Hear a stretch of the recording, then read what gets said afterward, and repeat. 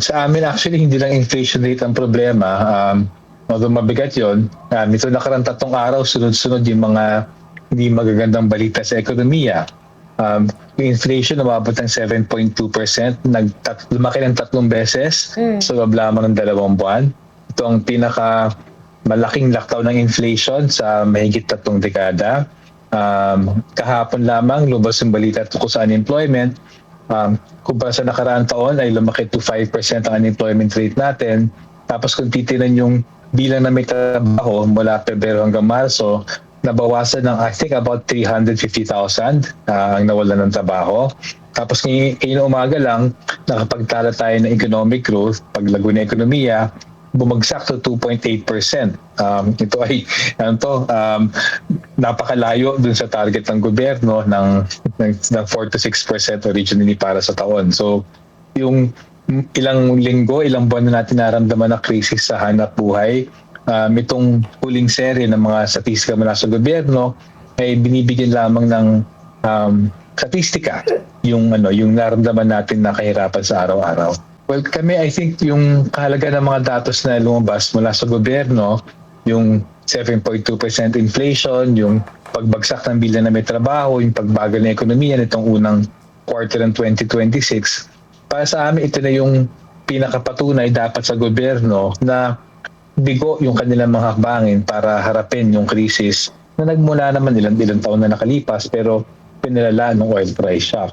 Kung halimbawa pa-particularize natin itong sa 7.2% inflation, napakalinaw eh. 2 buwan na sinasabi, minumungkahi sa gobyerno, tanggalin ang buwis sa produktong petrolyo, hindi niya tinanggal, kaya lalong pinalala ang epekto ng oil price shock dulot ng paglusob ng US sa Iran. Kung binawasan sana niya ang buwis ng unang buwan pa lamang, hindi ganito kataas sana yung pagtaas ng presyo ng bilihin kasi may pass-through effect yung mahal na presyo ng produktong petrolyo na pinalala pa ng napakataas na buwis. I think umabot ng halos 20 pesos kada litro ng diesel gasolina ay meron pa rin sa presyo ngayon. Ikalawa, yung paghina ng ekonomiya, yung pagbawas ng trabaho nung na in-announce kahapon, actually pinakamalaking bilang na walang trabaho kabilang sa mga sektor ay yung sa fishing, mga mangingisda. Yung municipal fishing, aquaculture, may bumaba. Malaking dahilan dyan ay because masyadong mahal na yung crudo, yung gasolina, para sa mga mangingisda, hindi na sila nakakapagpalaot. So bumagsak actually yung production natin dyan at nabawasan ng trabaho dun sa pangingisda. Itong huli naman, itong pagbagal ng ekonomiya to 2.8%, well, sa panahon ng krisis, ang kailangan gawin ng gobyerno, gumastos pa. So para sa amin, patunay lamang to na yung pagsakal ng pagkonsumo ng ordinaryong pamilyang Pilipino. Tapos yung hindi lang kabagalan yung refusal ng gobyerno maglabas ng malaking ayuda para sa nangangailangan. Ito actually yung pangunahing dahilan sa pagsakal ng economic growth natin na nireport kanina na 2.8% lamang. So sa kami ng gobyerno sana kung umaksyon siya na mas mabilis. Sa amin, hindi talaga kami tumitingin dun sa pamumuhunan mula sa ibang bansa. Napatunayan na may walang kapantay na foreign investment sa bansa ngayon, $115 billion na, patumbas ng halos 30% na ekonomiya foreign investment, pero napaka-atrasado pa natin. So para sa amin, hindi pamumuhunan mula sa labas ang aming pamantayan sa pag-unlad ng ekonomiya. Ang tanong, may pamumuhunan ba sa loob ng bansa? Kasi ang pinakamahalaga ngayon ay paunlarin sana yung lokal na industriya, lokal na negosyo, na ang pangunahing merkado ay lokal na pamilihan. Ang delikado dito, hindi lamang dun sa 7.2% inflation, kundi dagdagan pa yung pagbagal ng ekonomiya.